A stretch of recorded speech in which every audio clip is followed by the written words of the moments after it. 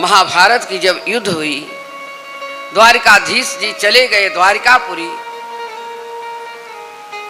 तो एक दिन युधिष्ठिर जी और पांचों पांडव बैठ करके आपस में बात करने लगे। कहने लगे हमारे ऊपर इतनी विपदा आई, हमारी विपदा को दूर करके भगवान कहां से कहां चले गए और हम लोग यहीं पर पड़े हुए हैं। जब देखो तब तो हमारे संसार में कोई दिखता नहीं है, श्री द्वारिकानाथ ही दिखते हैं। जब मेरे प्रभु मेरे पास नहीं है तो मैं किसके साथ हम लोग जी करके क्या करेंगे। पांचों पांडव आपस में बात कर रहे हैं। बड़ा बहुत कष्ट होता है उनको। उत्तरा के पेट में परीक्षित जी आ गए। अभिमन्यु चक्रव्यूह में फंस के उनकी आत्मा को शांति मिल गई। उधर भगवान इधर सारा राजपाट दे दिए। इंद्रप्रस्थ जो था पांडवों को मिल गया। दुर्योधन भी चला गया अपने। भाई भाई का धन खा करके कभी कोई सुखी नहीं हुआ, चाहे कोई कितनों भी हो। धृतराष्ट्र जी अपने सब चले गएगा।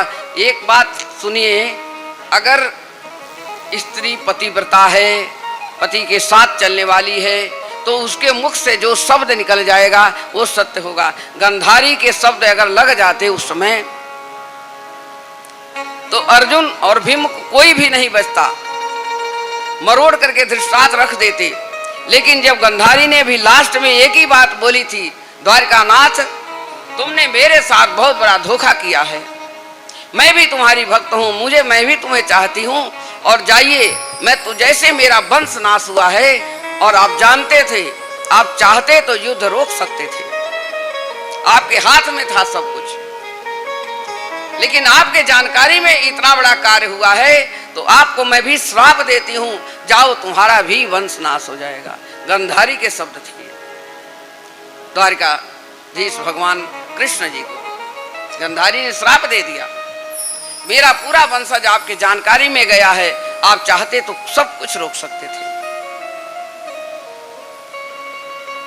भगवान सिर झुका करके गांधारी के आगे जा करके सती के सामने बिल्कुल सिर झुका करके आशीर्वाद को अपने सिर पर ले लेते हैं। श्राप ही समझ लो, लेकिन उन्होंने आशीर्वाद लिया। आपका आशीर्वाद सर्वोपरि है हमारे ऊपर।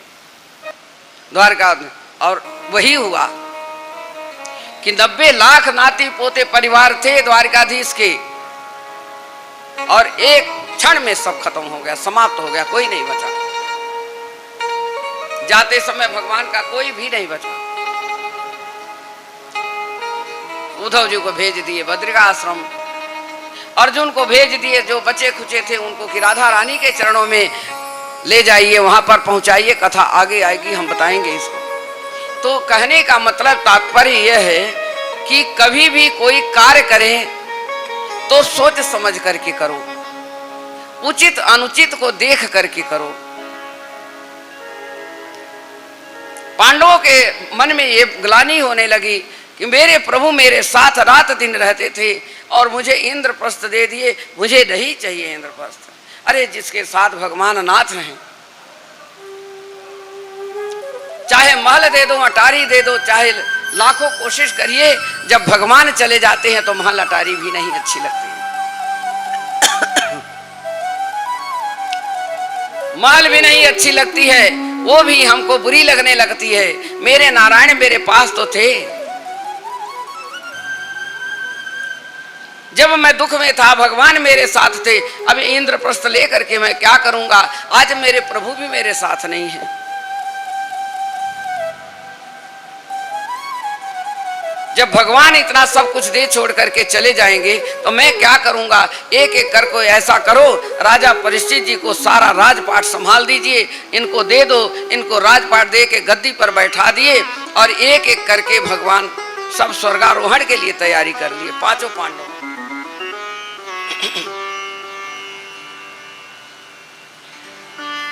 जब द्वारिकाधीश जाने लगे,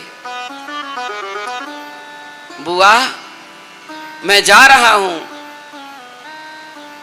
अब तुम्हारा संपूर्ण हो गया, सब कुछ प्राप्त होगा, तुम्हारे बच्चे मिल गए, पुत्र भी मिल गए, नाती पोते जो अश्वत्थामा ने मार दिया था उसको भी ले आकर के द्रौपदी के सामने खड़े कर दिए।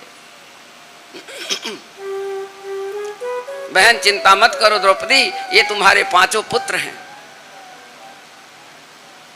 कहते ऊधो कर्मन की गति नारी, सब नदिया जल भरी भरी रही हो, का सागर के विद खारी, ऊधो कर्मन की गति नारी। कर्म में जो लिखा मिलना उतना ही है, लेकिन कर्म वही करो, सत्य कर्म करके जब जाएंगे तो कम से कम अच्छा कर्म तो होगा हमारे साथ। कुकर्म करेंगे, कर्म 2 तरह का, कर्म अकुकर्म, सत्कर्म और कुकर्म। रो मत, तुम्हारे 5 पुत्र हैं। जब द्रौपदी ने कहा कि द्वारिकानाथ दुनिया की जिंदगी देने वाले आप हैं, मेरे 5 पुत्र हैं, सब कुछ खत्म हो गया, राजपाट चला गया, सारा चीज चला गया, आपके सामने देखिए दरवाजा छोड़ करके थोड़ा गेट बिल्कुल छोड़ के, कुर्सी नहीं लगेगी वहां पे, कुर्सी हर जगह नहीं लगाएं क्योंकि बाहर से लोग दर्शन करते हैं।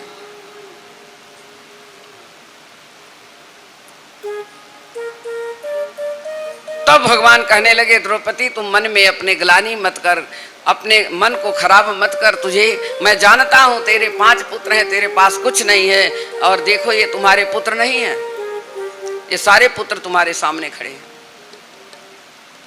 द्रौपदी खुश हो गई, कहने लगी आपकी महिमा आप ही जानो, मुझे कुछ नहीं पता नाथ।